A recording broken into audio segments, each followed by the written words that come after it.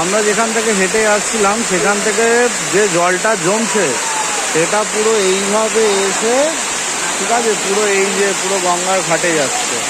তো জলের নিকাশিটা এরমভাবেই করা আছে যে যা জল জমবে রাস্তায় সেটা সিঁড়ি দিয়ে নেমে এইভাবে চলে যাবে। কিন্তু এই যে আমরা মানে দৃশ্য দেখতে পাচ্ছি একটা মানে বিশাল ঝর্ণার মতো, এরকম আমার মনে হয় না সাধারণত দেখা যায় বলে। তো অসাধারণ লাগছে, বৃষ্টিতে ভিজেওছি একটু। আর একদম ঘাটে এসে উপস্থিত হয়েছি, বেনারসের ঘাটে।